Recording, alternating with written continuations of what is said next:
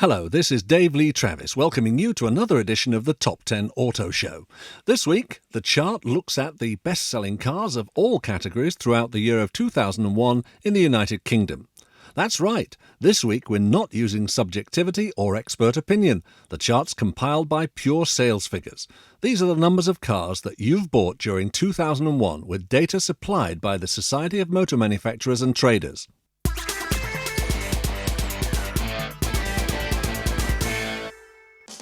So, let's kick off at the number 10 position. It's the Citroen Xsara. Taking its lead from sister company Renault, who had the same idea with the Megane, the Xsara project was meant to create many different cars from the same platform. And it's been very successful. There's the main Xsara itself, the excellent small family hatchback with a range of different options, including some fabulous diesel engines, and the estate version of the Xsara, which is good looking and has plenty of capacity in the back. Then, of course, there's the Xsara Coupe.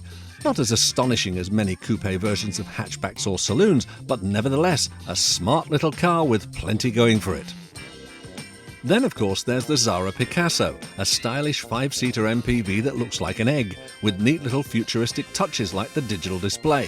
Citroen have done a great job on the interior. It looks different than the traditional car. It's like a cross between a people carrier and a 4x4. I particularly like the information pod on the top that tells you literally everything you want to know. Dash-mounted gear lever here is very good, very easy for driving. All the controls are perfectly to hand. It's also got no fewer than 18 stowage spaces. Plus, the Picasso has been sold very aggressively, with some unbelievable deals encouraging people to buy. This is why you see them virtually everywhere in the UK, and has made 2001 an extremely strong sales year for the Citroen company. So, at number 10, the Citroen Xsara family of cars, selling a total of 65,681 vehicles in 2001.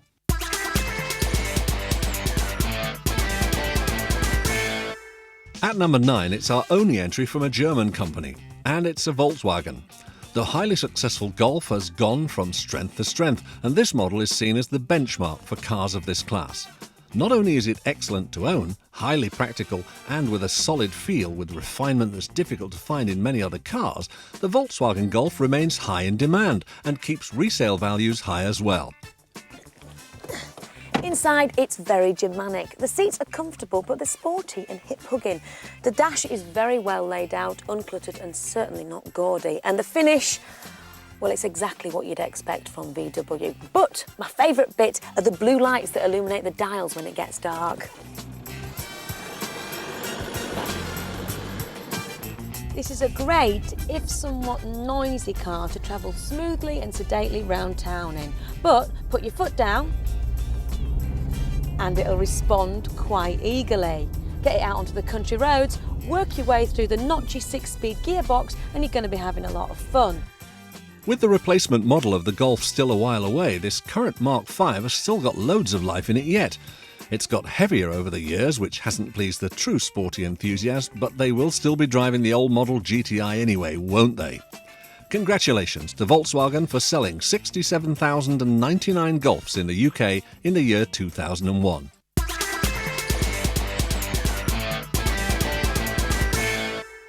At the number 8 slot, it's the Renault Megane and its many variants, having another successful year's sales in the United Kingdom. Here's a car that seems to many people to be very affordable, parkable and capable, and to many drivers this is all they really want.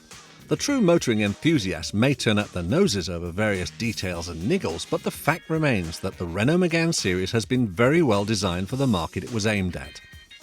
The Megane range has had its fair share of awards over the years, including the best in its class for crash protection. Really big people won't find the Megane right for them, as it's a bit of a squeeze in all seats for those people of 6 foot plus.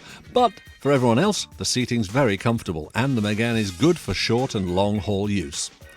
There's really a huge amount of choice in the Megane range, sometimes too much choice, making it rather confusing as to the options that are actually available. The number 8 in our top 10 of top-selling cars in the UK, and ladies and gentlemen, the Renault Megane range, selling 73,577 cars.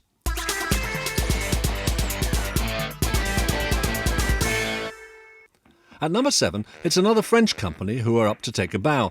But goodness me, it's the same one. Yes, Renault are here again, with their Clio Super Mini, which has sold even more than their Megane range. The Clio range has a pretty comprehensive appeal across age groups and across users. It was introduced in 1998 to replace the car of the same name, which, to be honest, was very lacklustre. Renault have said that they've built an entirely new car here from the wheels up. We're not talking about a bit of a facelift and a new set of light lenses front and back. We're talking about a totally new car, and it does feel it. It feels very solid on the road. Renault built the last Clio as the small car with large car refinement. And I suppose it was. For the first time you could get electric windows and air conditioning and the like on a small car. Well, I think they've taken it a step further with this, the new Clio, because as a driving experience, it really does feel pretty substantial. This new Clio has been completely redesigned with more interior space and a far better driving position. Engines range from adequate 1.2 to over-the-top 3-litre V6 engines. It's all horses for courses. Plus, being a French car, diesel is in the list as well, with a 1.9 which does excellent MPG. The Clio has been designed to be easy to drive and to manoeuvre, and they're pretty durable and cheap to service too. On the negative side, we would say the interior wasn't really looked out carefully at the design stage, and the quality of the plastics and switchgear leaves a lot to be desired, but the fact remains that the Clio has been an extremely popular car. So, congratulations to Renault once again for 79,843 Clio cars sold in the UK during 2001.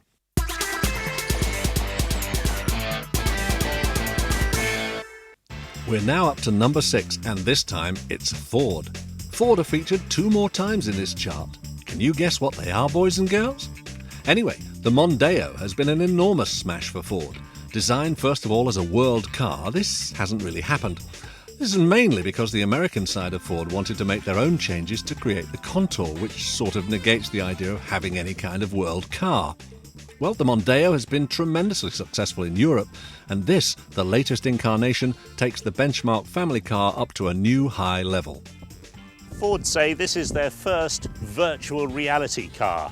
It's a car that was designed and built without ever leaving the engineer's computer screens. And Ford say that saved them a fantastic amount of time and money in technical drawings and modelling of the new car. If you were cynical, you'd say, well, they didn't have to do that much work because they've simply copied Volkswagen's Passat. When the wraps came off the new Mondeo, Volkswagen must have been quaking in its boots, for here was a car which now had the quality of manufacture and driving dynamics to match their own class-leading Passat. The truth of the matter was that one of Volkswagen's top designers did go over to Ford, but designers move all over the place these days anyway. The real news is that Ford managed to achieve this new high-quality machine at a pricing structure which would still keep the Ford market interested in buying it. Make no mistake, this sets new standards for Ford in the marketplace. In the first place, you're sitting higher, there's more hip, leg and shoulder room for driver and passenger, excellent leg room in the back for rear seat passengers, and as you'd expect from the curved roof, excellent headroom, both front and rear. An all-new interior, two-tone on the top of the range models, but black in this car with tasteful brushed aluminium round the centre console and on the steering wheel. It all looks very good. Other big changes, well, 16-inch wheels which fill the wheel arches and give the car a much sleeker shape. Under the bonnet, a new range of Ford family engines, the Duratex. 1.8 and 2 litre petrols, and the Duratorque, a 2 litre turbo diesel. Ford say they're a lot smoother than the old Zetec engines, they give lower emissions and better economy. You can't say fairer than that. 3 cheers to Ford for their Mondeo, selling 86,559 units in 2001.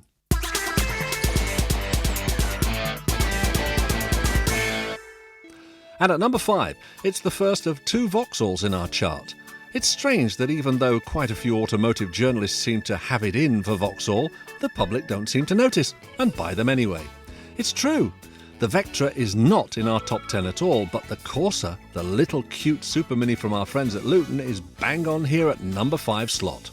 Looking completely independently at the Vauxhall Corsa, we see it's quite a neat little package. The styling's sharper than ever before, especially at the rear.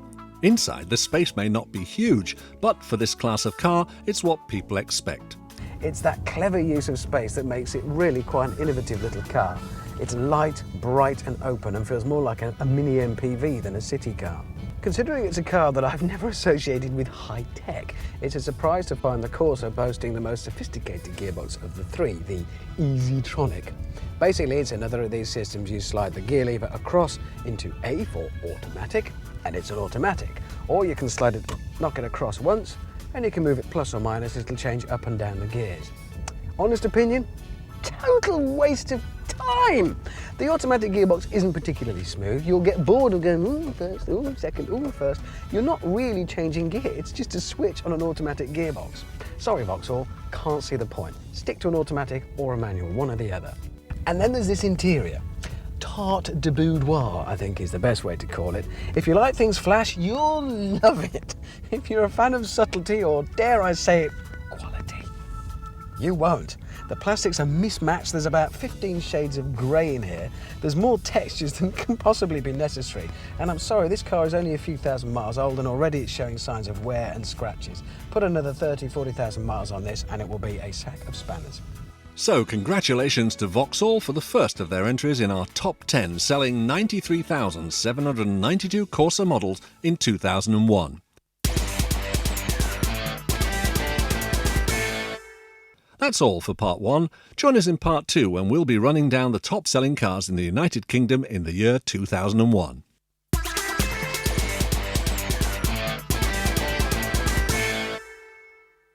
Hello, this is Dave Lee Travis running down the chart of the top-selling cars from 2001 with data supplied from the Society of Motor Manufacturers and Traders.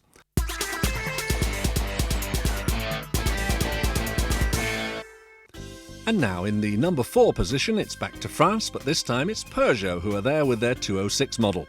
Of course, the predecessor of the 206 was the hot hatch icon of the 1980s, the 205. In the same way that the Volkswagen Golf progressed, it got bigger, fatter, weightier, and therefore less nimble. The 206 is not the race kart and hence not the fun that the 205 was, but of course, we've all grown up now, haven't we? The 206 is well screwed together, solid, safe and refined. It's a shame that the interior plastics are not as high as others in its class, and the whole affair inside is rather drab. Plus, the driving position may be rather awkward, particularly if you're tall. It may well be able to trace its line directly back to one of the original small hot hatches, but the 206 GTI feels about as big as the factory that they built the original 205 in. But that said, once you are in here, it's a very nicely understated cabin. It does feel very well designed. There's lots of nice touches. I do like the sporty little instrument binnacle and the little chrome gear lever. So why do we have a reappearance of this awful textured plastic? It looks cheap and feels nasty and tacky. I do like the suede effect and leather though, very sporty.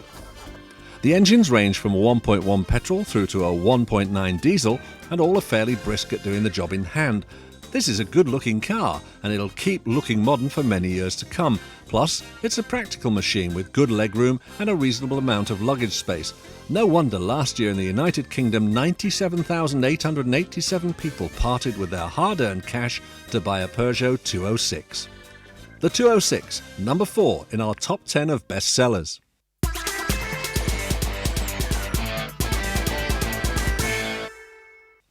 We're into our top 3 now, ladies and gentlemen, and here we have another Ford. Last year's top-selling car, the Ford Fiesta, finds itself at number 3. Ford couldn't really ask for better than this, since the Fiesta, even though it's gone through a facelift or two, a nip and a tuck here and there, is about to be replaced with a brand new, completely revised model. By the way, if you're looking for a 3-door model, the revised version will take many months to arrive.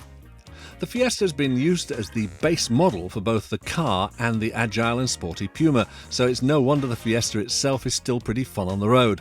But that doesn't mean it's unpredictable. The Fiesta is often the choice for someone's first car, maybe when they've just passed their test, because it's easier to drive and doesn't throw any wobblers when it's least expected.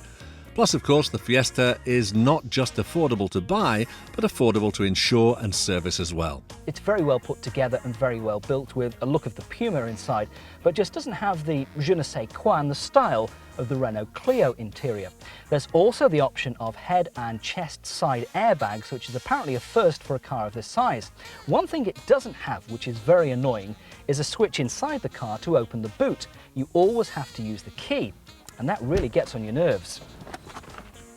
This is a great all-rounder, and one that will continue to be in great demand for years. Ford's excellent Fiesta, the number 3 bestseller, which sold 98,221 cars last year.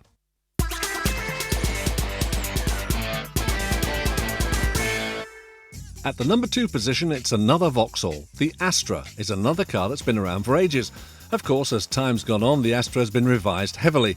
In the last round of revisions, our friends in Norwich, that's right, Lotus, were involved with the Astra suspension tweaks. The Astra is available in 4 flavours: hatchback, estate, saloon, and there's the coupe version, which in effect replaces the Vauxhall Calibra. The driving experience of, say, the old Vauxhall Calibra compared to the current Astra Coupe would show an incredible difference. The Astra is really the best driving car of the whole Vauxhall range, apart of course from the sporty VX220. Behind the wheel, you feel really in command with responsive steering and an excellent compliant ride. There's plenty of space inside with 5 decent seats with a 3-point belt for everyone. The list of engines available is really impressive, depending on whether you want to just pot around town or enjoy excellent exhilaration off from the lights. Vauxhall still have the image problem. The real driving enthusiast would like to see what's considered a prestige badge on the bonnet.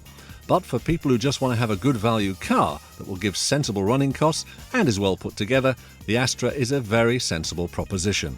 So congratulations to Vauxhall on selling 98,999 units of the Astra in the year of 2001. So before we reveal the number 1 selling car from last year, let's quickly run down the charts from 10 to 2.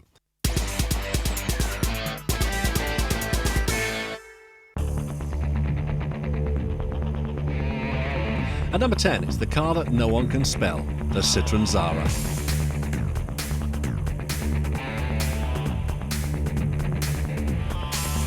At number 9, the solid proposition from Volkswagen, their Golf.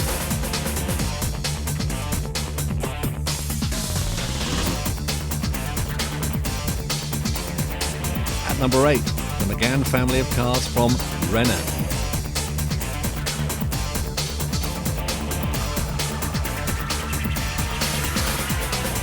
At number 7, another Renault, this time the Super Mini, the Clio.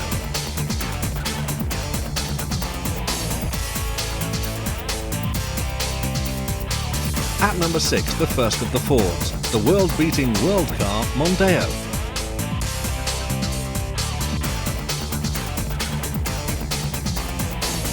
Number 5, Vauxhall's excellent little Corsa.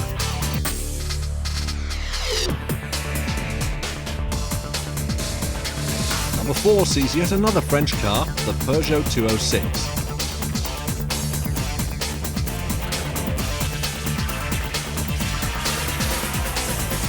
Number 3, and it's last year's winner, the Ford Fiesta.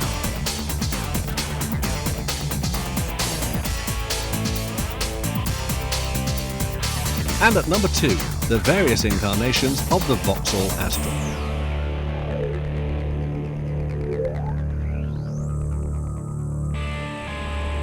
So, what is the number 1 car?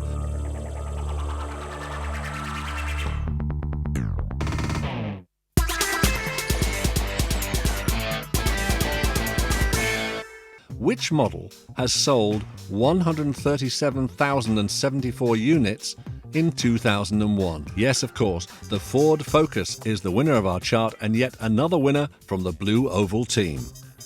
In fact, the figures from the Society of Motor Manufacturers and Traders show that the Ford Focus headed the sales list every individual month of the year.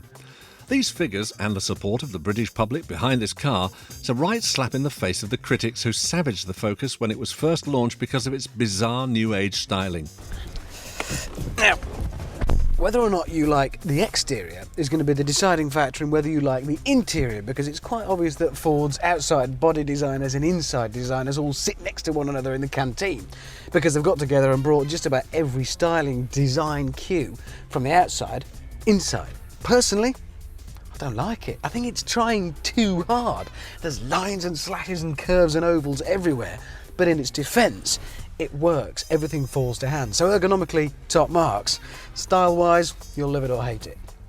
Interestingly, we didn't get tired of the revolutionary look. In a way, we all expected other cars to follow Ford's lead, and indeed some of them have. The Focus was designed to be just a small family car. However, the independent suspension, pin-sharp handling and smooth revving engines all work together to create an experience which can at times be frankly thrilling. There's plenty of equipment with the Focus as standard, and with most Fords, servicing is reasonable. This is a family car that combines great handling with basic practicality at a good price. They don't come much more family orientated than this particular hatchback. So obviously practicality and ergonomics are important, but also those safety features. The fact that it's done so well whenever it's been tested for crash safety is extremely important, and more people are deciding their car purchases in this sector by safety. That should make the Focus a bit of a winner. It simply couldn't go wrong. So well done to Ford for making the #1 selling car of last year.